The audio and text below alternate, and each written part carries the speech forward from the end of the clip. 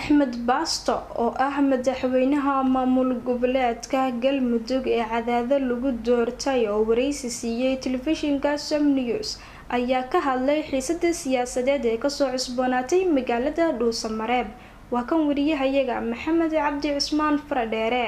Axmed Maxamuud Xasan Baasto oo mar loo doortay madaxweynaha Galmudug oo maanta wareysi gaar ah ku siiyay Muqdisho telefishinka Sam News ayaa waxaan wax ka weydiinay ciidamada dawladda federaalka Soomaaliya ay geysay magaalada Dhuusamareeb taasoo ay Ehelsunna sheegtay in ayna aqbalaynin ciidamada dawladdu ay keentay magaalada Dhuusamareebna ay amni tahay dawladda federaalka Soomaaliya Ehelsunna ay galeen oo ay Ehelsunna sheegtay inuu heshiiskaasi buray.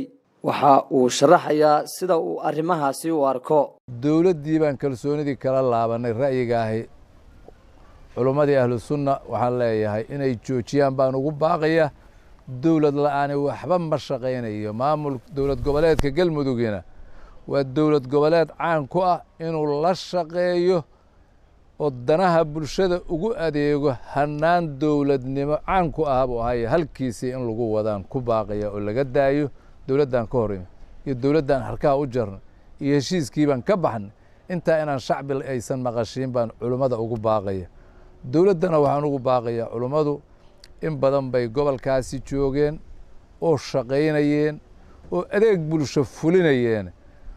wadahadalkii haddii habacsanaani ku timid in mar labaad wadahadalkii iyo u yeerid iyo la tashi inay iyaduna ku beddesho ciidan la dhuro oo la geeyo Dhuusamareeb oo la dhoobaahay wax xalihi ma keenayo. sababtoo ay tahay Dhuusamareeb cid laga ilaalinayay iyo cid laga baqayay iyo cid caqabad ku ahayd midna ma jirin. ciidan baa joogay, ciidankaasi amnigiisa sugay, dadkuna ciidankaasay boqolkiiba boqol kalsooni u hayeen, dawladduna ciidankaasi ciidan u ahaa.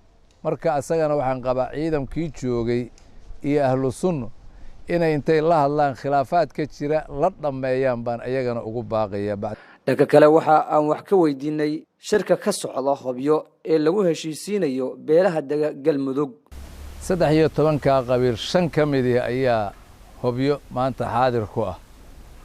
5taasi waxay u istaageen danaha iyo maslaxadooda iyo waqtiga dheer oo ilaa 30 sanadood oo colaada dalka ka jireen habacsanaan timid, khilaaf yimid, dhibaatadii oo sii xoogaysatay, dadkii oo marxalad adag ku jira iyo duruufo adag iyo abaara iyo colaado badan ku soo maray, dalkii oo marxaladihiisu ay noqdeen inta badan colaada inay ka jiraan. waxaasoo dham inay iska warsadaan ayaguna ay tooda xallistaan, midda guud ee Soomaaliyana aragti ay ka dhiibtaan ayaa shirkaasi ku bilowday. guddiyadii dhisayay oo qabanqaabadana aan ku wada hadalnay oo xoogaal ka ahaa. haddeerna waxay ka hadlayaan waa 5 beelood dhexdooda iyo khilaafaadkoodii iyo dhibaatooyinka iyo habacsanaanta jirta inay baabi'iyaan kadibna ay u gudbaan danta guud ee maslaxadda Soomaaliyeed kaalinta ay ku leeyihiin siday uga qaadan lahaayeen. jiritaanka Galmudugna 5toodaas markay dhammaystaan beelaha kaloon soo sheegana inay gogol u dhigaan si looga baxo khilaafka, colaadaha, isqabsiga iyo dib u dhac loona gaaro horu socod iyo horumar ayuu ajandihiisu yahay. waxaana leeyahay intii ka soo shaqaysay oo saldhigga u ahayd oo hal abuurka lahaydna waanu hambalyeynaya. waxaan leeyahay waxaad keenteen taariikh, waxaad keenteen jiritaan iyo midnimo, waxaad keenteen waqti adag iyo duruufo adag bulsho ku jirta in la kulmiyo. hanaanka ay ku kulmi lahayd baad soo alifteen, waa ku mahadsantihiin.